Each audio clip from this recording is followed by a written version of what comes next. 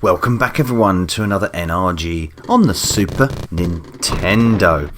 And here we are with D-Force, or as it's known in Japan, Dimension Force on the Super Famicom, or like I say, on the Super Nintendo outside of Japan. So this is a shoot 'em up, not a very good one. Got music here very reminiscent of the French national anthem a little bit, and very in the style of SimCity, which kind of doesn't really match the game, which is a bit odd. Anyway, you have options here: game start, which is the main game, shooting mode, and exploration mode, which essentially just stripped down versions of the game. So shooting mode lets you only play like 3 levels of the game. The exploration mode plays you the other 3 levels because they work slightly differently. But here we go. It utilises a bit of mode 7 here, which is kind of nice, but also quite messily implemented. I think it doesn't really give much to the game, and that horrible texture of that sea, awful. That's really horrible on the eyes. So it is kind of distracting, and yeah, I think the pacing of this is just a little bit off. I think there are 7 levels in total. I don't know. I have only ever seen this. Got to the first bit of the second level. I don't even think I'm going to get that on this gameplay, because I find this very tricky.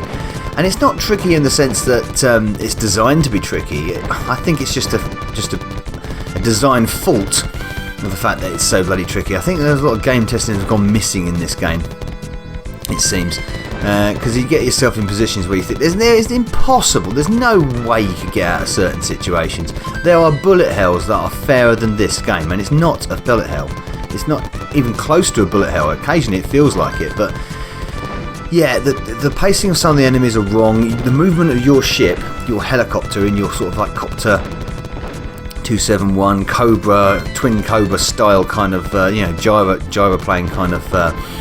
Nintendo did a lot of those kind of games. Well, obviously they didn't do Twin Cobra, but they did the helicopter shoot 'em ups kind of thing. I'm getting sidetracked here. Sorry, I'm blathering. But anyway, yeah, many faults with this game, apart from the fact that it's overly tricky and unfair. Massive slowdown there. There are many examples of slowdown in this game when there's too many things on screen at any one time. The sound is pretty poor as well, but we'll talk about that in a minute.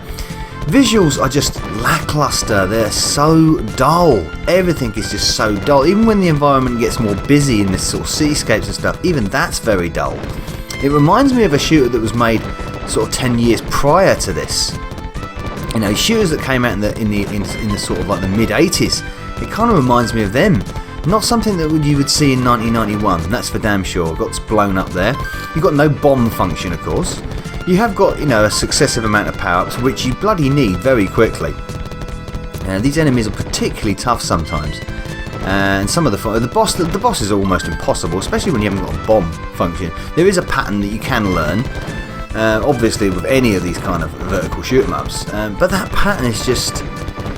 It gets to the point where you can't be bothered to learn the pattern because of how dull the game is and how just frustrating it just makes you feel.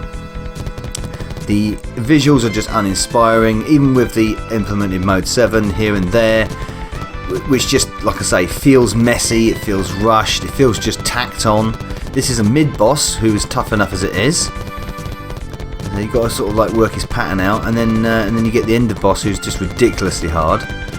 Oh, well, he's blown me up, so that's 2 lives down. And that's another thing, you can lose your lives very quickly because it respawns you instantly into the line of fire. Absolutely instantly.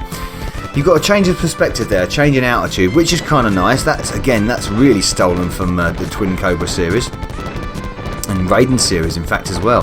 That's kind of nice. That's probably the only nice thing I like about it. The music. Yeah, this tune is okay. This is kind of sort of like quite reminiscent of, again, early shoot 'em up, vertical shoot 'em ups, very in the sort of instrument style of SimCity. But the sound effects are just crap. They're just really. The shooting sound is really poor. It's really dull, just dull. Visuals dull, slow down, awful. The pacing terrible. Yeah, this didn't fare well in a lot of reviews I have read as well. It's not great, and what? And the collision detection, they're exemplified awful. I didn't even hit the cannon, and I'm dead. You get this long drawn out death sequence where you crash land with a bit of flashy mode 7, which again does nothing for me. Yeah, I'm sorry. This is not D-Force. It's just rubbish force. It's absolutely. I won't be playing this one again. This is a very, very poor shoot 'em up for me. I mean, the SNES wasn't famed for its best shoot 'em ups, I know that, but there are much, much better ones on the SNES, and this is not one of them. Poor. Don't play it. Novabug, out. Hey, Novabug here. I do hope you enjoyed this video. Please support the channel by liking and commenting, and of course subscribing if you haven't already done. If you would like to support me further, please consider joining my Bug Army via Patreon. And also don't forget to follow me over at Facebook, Twitter, BitChute and Twitch. And finally, a special mention goes to my Bug Army General, Sam M. Thank you everyone for supporting me. Novabug, out.